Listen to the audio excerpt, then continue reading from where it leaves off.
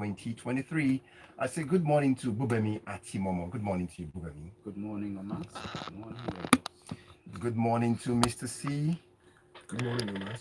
Good morning, Gbubemi. Buenos dias, señores, señoritas de Lagos. All right, so let's go Bamos and let's get into the papers this morning as we get Mr. C probably on Thursday speaks some Spanish, but we'll assess that one later. But let's get into this one now. Mr. C, pick up this first paper for us, but it's not written in Spanish. It's the Premium Times this morning. And here it says President Tinubu budgets 5 billion naira for presidential yacht, 5.5 billion for Nigerian students loan. That's what the Premium Times is leading with this morning. And so it seemed like, well, we're just trying to come to terms with the legislature spending, but here the executive is putting out this expenditure. Lead us through this story. Okay, thank you, Omas. So, the details of the supplementary budget have been released because it's presently being debated at the House of Representatives. Now, we don't have all the full details, but the details that have come out so far make for very interesting reading. And part of the details that have made their way into the public space include the final funding of the sum of 5.5 billion naira for the students' loan, because in higher education, the Higher Education Access Act, which was signed into law in June and was expected to have started operations in September, has been moved to January 2024. Now, the sum of 5.5 billion naira has been earmarked and provided for in the supplementary budget, and this fund is going to be operated and managed by the central bank. Now, in other news, there's a line item which suggests or indicates that some individuals are determined to budget the sum of 5 billion naira for presidential yacht. Now, amongst other things, there's a sum of 1.5 billion naira to buy vehicles for a non-existent office, which is the office that has been referred to as the office of the First Lady.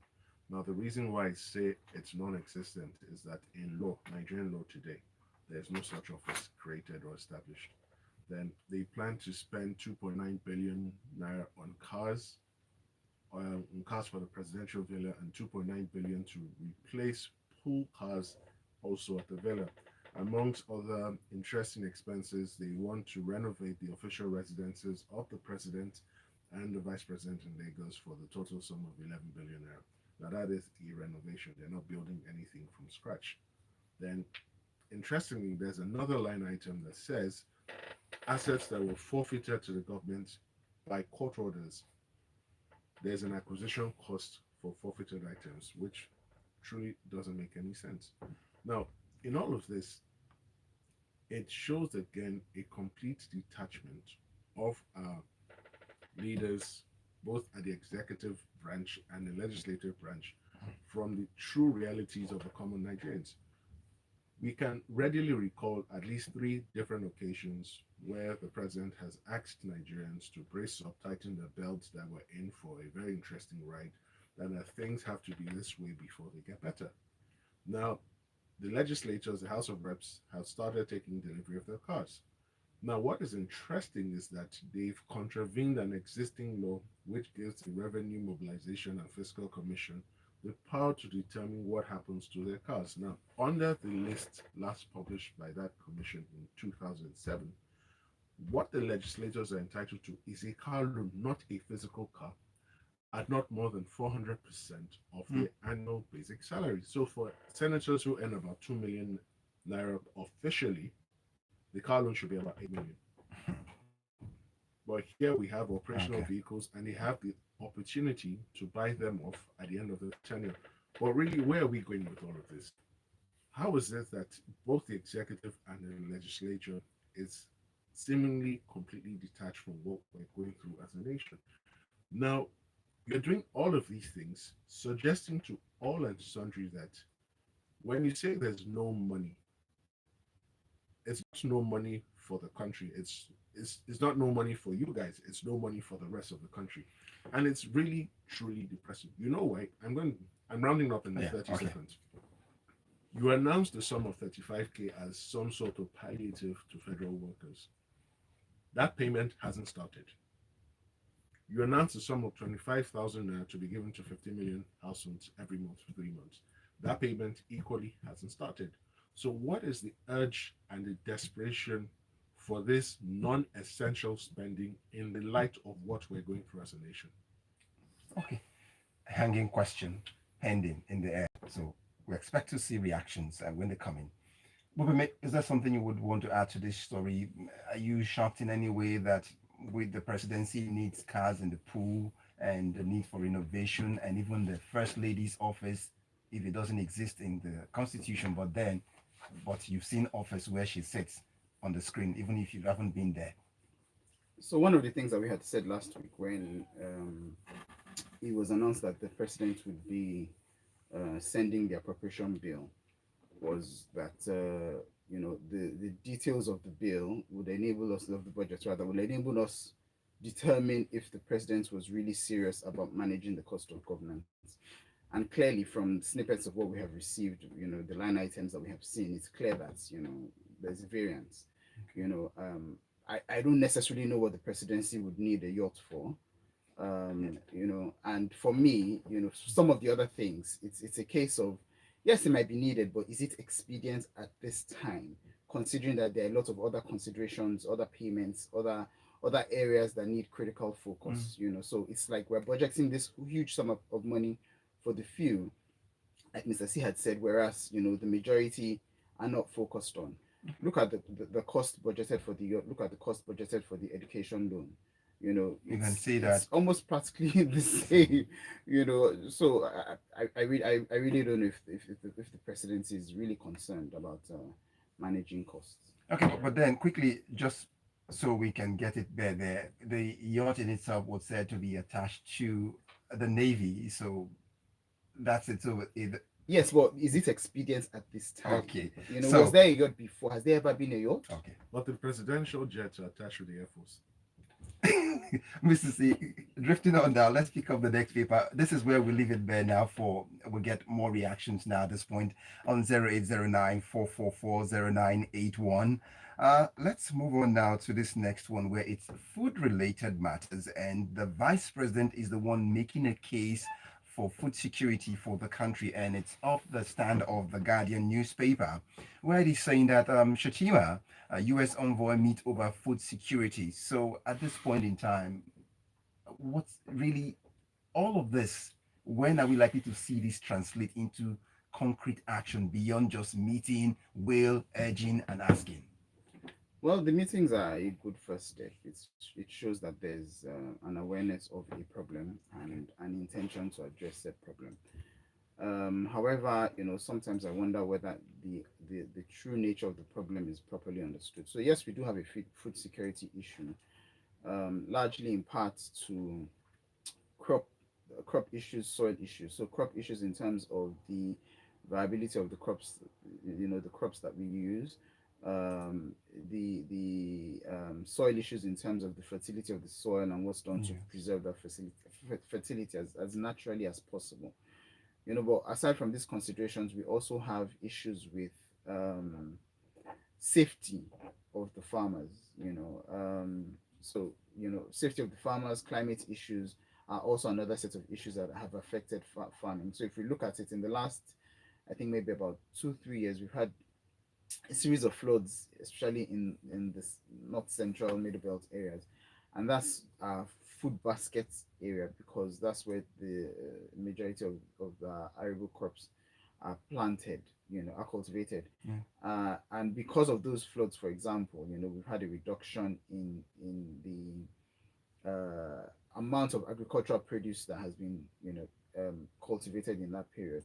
Added also to the security issues, if we look at our agricultural sector, we need to do significantly more to be able to improve the sector. So, for example, we still have farmers who are cultivating crops, in a rural way. We don't have any. Well, let me not say we don't have any. We do not have adequate or enough mechanized farmers. We need to have gotten to the point where we have people who practice sustainable farming at a large scale. Yeah. We don't have enough of that. For the few who have tried to set up farms again, security issues have also come into play. So that's a challenge. But one of the things I'm interested in with this visit, that the vice president had with the U.S. Special Envoy. Interestingly, the vice president is an agriculturist because he studied agriculture. One of the things I'm concerned about is the introduction of GMO seeds, genetically modified seeds, which is something that has become widespread around the world. There are far implications to adopting GMO beyond just the biological reasons. I know at a point Nigeria was toying with that. I think we may have even bought some GMO seeds at some point. I can't quite remember. Okay. But I believe that that's something that really, really needs to be considered properly if it's on the table. Okay, thank you very much, Mr. C. We're back to you, and it's from the stand of the Daily Trust newspaper this morning, where the headline here again: the president is in the news again. President Tinubu seeks approval to borrow 7.8 billion US dollars. Well, we'd like you to help us connect this borrowing. Is it in connection to the spending of what you had just helped us unpack for our first story? Okay, thank you, Omas. So, in spite of the lavish spending or proposed spending that the federal government and the National Assembly intend to embark on, have already embarked on, we're now looking to borrow the sum of $7.8 billion and 100 million euros. Now, the official background to this request is that it's part of the medium-term expenditure plan for 2022 down to 2024, and that it was already part of the borrowing plan which was initiated by the previous administration. Now, this sum, for listeners who are interested, okay, when we collect the sum, when we collect the money, what's the plan? So the plan is to use the money to finance infrastructure, health, education, agriculture, insecurity, and other sectors. Now, these are very broad statements with no specific details. Now, we're already overburdened by debt. And we've said it many times on this show over the past 3 to 4 years that the portion of our debt to our GDP is worrying, it's of some concern. And then when you look at the actual figures for every naira earned, how much of that naira is used to pay back or pay down on existing debt, it is truly a thoughtful worry. Now we want to tack on 7.8 billion. Now, part of the problem. Did you add the 100? I saw 100 somewhere. $7.8 billion and 100 million euros. Now, part of the challenge that Nigeria is facing today is that previous loans borrowed were clearly not used totally for the purposes for which they were obtained. That is very clear. Now, we're going to tack this on. What are the chances that these sums will be properly applied? Now, do we need to fund all these sectors? Yes, we do. Now, the bigger question is, if we could fund all these excesses, all these non-essential spending, if we could fund them from the money we have, why, and we couldn't use it for essential spending, why do we need to borrow money for essential spending? These are valid questions that require answers. But more importantly, the institutions we intend to borrow from will be looking at this country and laughing, because here you are spending money on things that are not immediate, they're not urgent, they're not critical, and then for the things that are critical, you seek to further tie down the country. Remember, oil production hasn't gotten back to its optimal levels. We're still dealing or grappling with oil theft and the reluctance of the Nigerian state to effectively deal with the people perpetrating these thefts. So we're in for a very interesting ride. Okay. Let's drift on now to Gbubemi as we pick up this paper. Let's get you to make sure you leave us your reaction to the headlines the analysts are breaking down. I've got Gbubemi, Atimomo, and Mr. C also helping us make sense of all of the headlines this morning. But remember, 0809-444-0981 will be where you get to leave us your response to the headlines this morning. Gbubemi, from the punch stand this morning comes Reps promise laws to boost ICT, that's information communication technology, that's what it is. But let's see how, beyond all of this, how does this law translate into helping the sector? Okay, so the House of Representatives Committee on ICT is charged with oversight responsibility for the Ministry of Information and Digital Economy. I think that's how it's properly placed. And they're also responsible for oversight of Backbone Limited, Nigeria Data Protection Commission, Nigeria Communication Satellite usages, National Information Technology Development Agency. Uh, Basically, all the information technology agencies in the country, and their oversight is related to formulating laws that guide the operations of these agencies, as well as also periodically conducting reviews as to the implementation of those laws by the relevant agencies, as the case may be. Now, we all know that the world is it's no longer a global village, it's more like a global living room now, as interconnected as everywhere is. And ICT plays a huge role in so many operations. Now we've moved into 5G, for example, greater potentials than 4G.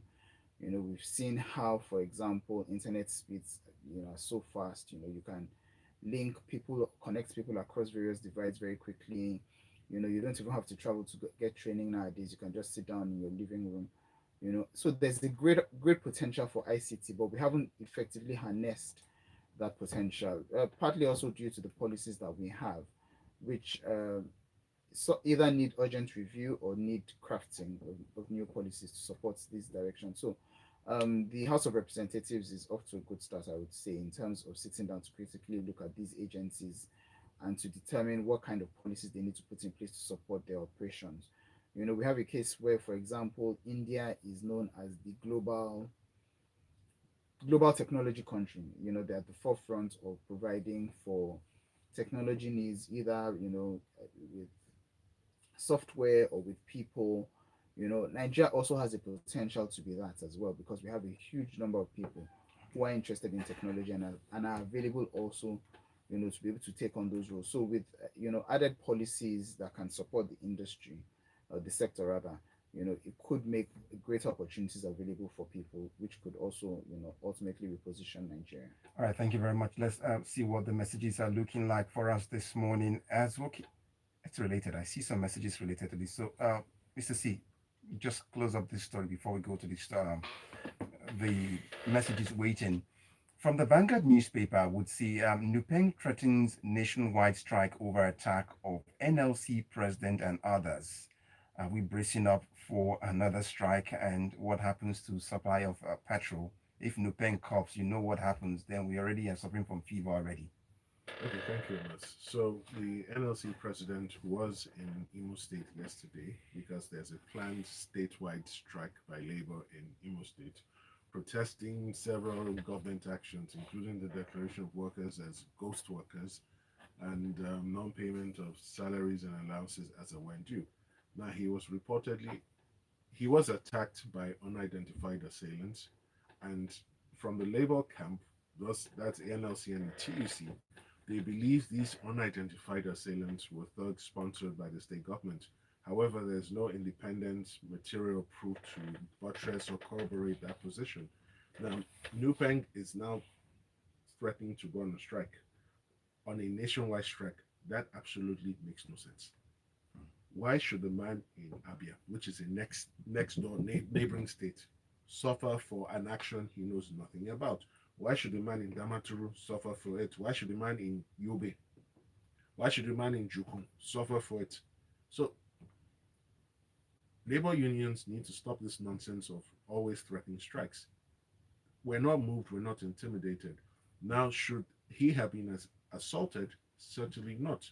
However, will the police rise up to the occasion and actually get anyone picked up, arrested, and possibly prosecuted for this attack? It remains to be seen. I'm not holding my breath out, because it is clear that the strike was meant to embarrass the state government. And remember, there's an election coming up in Imo State. I think it's this month, On 11th. on the 11th. Thank you. So, and they do not want to be embarrassed because for whatever reason, they need to go in looking good. Okay. So, we're sorry about the attack on the Labour Joe Congress, Ajaero. Mr. Comrade Joe Ajaero, but will the perpetrators be brought to book? Sincerely, I'm not sure.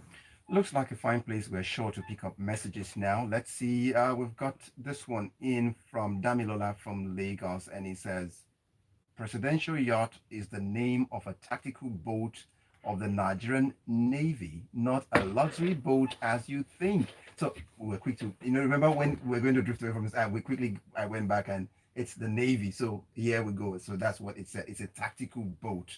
Then Mr. C would counter that and say there's a presidential No. attached to the Air Force. Damilola, thank you very much. Yeah. Would you suggest the name for this tactical boat? Because all ocean boats or vessels always have a name. So let's have a name for this tactical boat. Okay. Tactical boat is what it's called. Anyway, No. Moving on. MS something. Let's move on. Ayo from Lagos is here. It says, on NLC present alleged brutality by the police, it's not confirmed. But if it is, then it is the result of an uncoordinated house that Ajaero is running. We are told the Imo NLC did not welcome him coming to shut down the estate. So why go there with the state of insecurity in Imo? Then to supplementary issues of the budget. She says, I will caution against any pushing of a narrative against government purchases. For me, it goes beyond calling for sacrifice from the leadership. We need to keep things civil. We call for transparency, we get it, and then we do things that make the politicians push back on transparency, setting things go with their status. QED, I from Lagos. So we take it, you always ask to know what these things are spent for. The details are provided. So that's in itself accountability and transparency from there. All right, you respond in a bit, but let's quickly get in a bit. Let's get some more message in here. IK Peter would send us a message here saying, well, it's refreshing to hear one of my favorite analysts at Mr. C speak again, almost 8 months. Where have you been? Mr. C, 8 months away? Okay, probably you are the one who's been 8 months missing in action. And then it goes on, I took a break from the news a week after election. Oh, we see it. I couldn't take all the bad news anymore. Okay, well done, great team. Thanks so much for coming back, IK Peter. Now we've got Ajayi waiting, and he says here, it's surprising that even though the federal government is frantically seeking loans to support the budget deficit as a result of dwindling income, it is proposing to spend huge sums of money on frivolous renovations, vehicles for a non-existent office of the First Lady. The president must convince us that it is not just a wasteful government like its predecessor, Ajayi Olonilua, sent us that one. And what would you find here? Who's here? Okay, I've gotten Olumide from Lekki, Presidential Yacht Bar. All I want to say is that they don't really care about us. That's a Waxy's Michael Jackson. That's Olumide from Lekki. Then comes in, we've got Osage from Ojodu saying, a country that has lost focus with borrow to finance a yacht that has no economic importance. When we become financially insolvent as a country, we will learn. Osage from Ojodu, that's what he left us with now. And then enough space for me to find Sheyi, yes, message here. Whoa, I prefer not to talk, because if I do, I will get into trouble, real trouble, because I'm angry and really frustrated about everything elected officials do. Well, elections have consequences. We are suffering the consequences of things that started since the election of the last president. God help us. Sheyi is done. Please don't get frustrated. Just keep hope alive. And so Matthew Alabi sent us this one.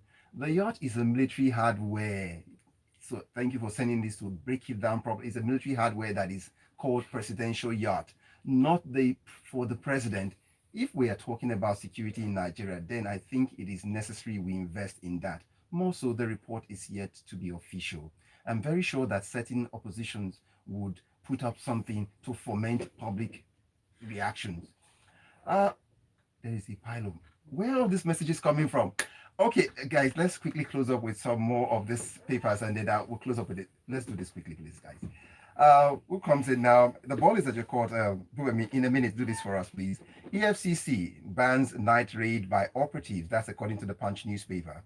So the EFCC raided an estate in Ile-Ife a couple of days ago and arrested about 69 students, accusing them of being Yahoo students. Obviously, there was an uproar online because a lot of people were like, these are students. Is it because they have phones or laptops and cars and all of that? So as a result of that uproar, the chairman has now said that there will be no more night raids. I think that's commendable. If what's there that you can't arrest people during the day, why must you wait till night, for example? Except they're really, really thieves in that sense, and you've established. So we take it that there are some arrests that should be made at night. Mr. C, the element of surprise. Okay, maybe it's illegal. I don't know. I would have my assumption arrests we can go for. So my assumption behind nighttime arrest was that sometimes the element of surprise is necessary. I don't know if that's expedient or not. Okay. Night. Okay, so very quickly from our laws, you're supposed to conduct your arrest between 6 a.m. and 6 p.m. Oh. I don't know why they learned this nonsense from. All right, so let's find our paper now, Mr. C. Let's close this one up quickly from the Guardian newspaper. Be ready to perform or you leave us, President urges ministers. Okay, so very quickly, that's what he said. The ministerial retreat has started, and he says for those who perform, kudos. For those who miss the targets, they'll review their performance, and for those who don't get it right at all, they'll have to leave. Now, the question for me is, who is carrying out this analysis? Who is doing the review, performance review? Because if you belong to a group where the group collectively is not performing, how then do they single you out and say that you're not performing?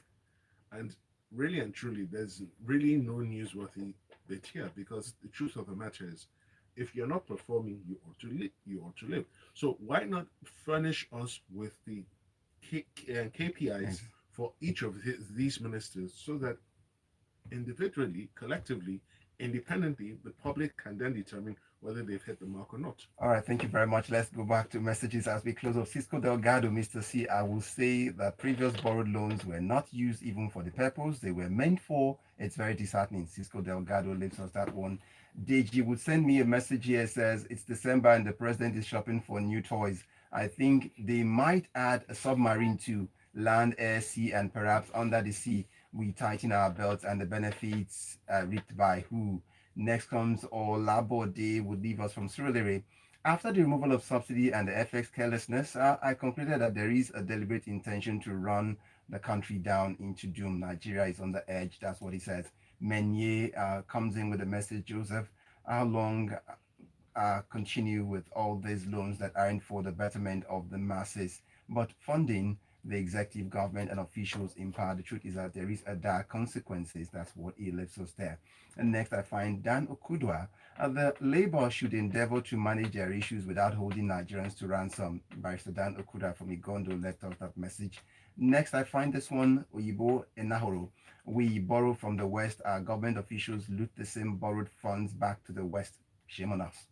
Next comes in this one, Itimapuza. We should stop federal government borrowing any money for now, because the former borrowed ones haven't been used judiciously. Next comes in this one, Abbas Oladepo. There is provision for presidential yacht in every navy of every country, but because we don't know, we condemn. Well, that's the size of it this morning. I see Wale's message. I see Adigun Kayade's message. I see Peter from Festac. Thank you to everyone. The messages came, they poured hard and heavy this morning. Thank you, Gbubemi Atimomo, for your time this morning. Thank you very much, Omas. Thank you, Mr. C, for your time also. Thank you for having me. And thank you to the listener, and for those still trying to send in messages, we really do appreciate you. My name is Omatseye Atsenuwa. Join me in about 14 minutes when it will be time for the grapevine. Stay tuned.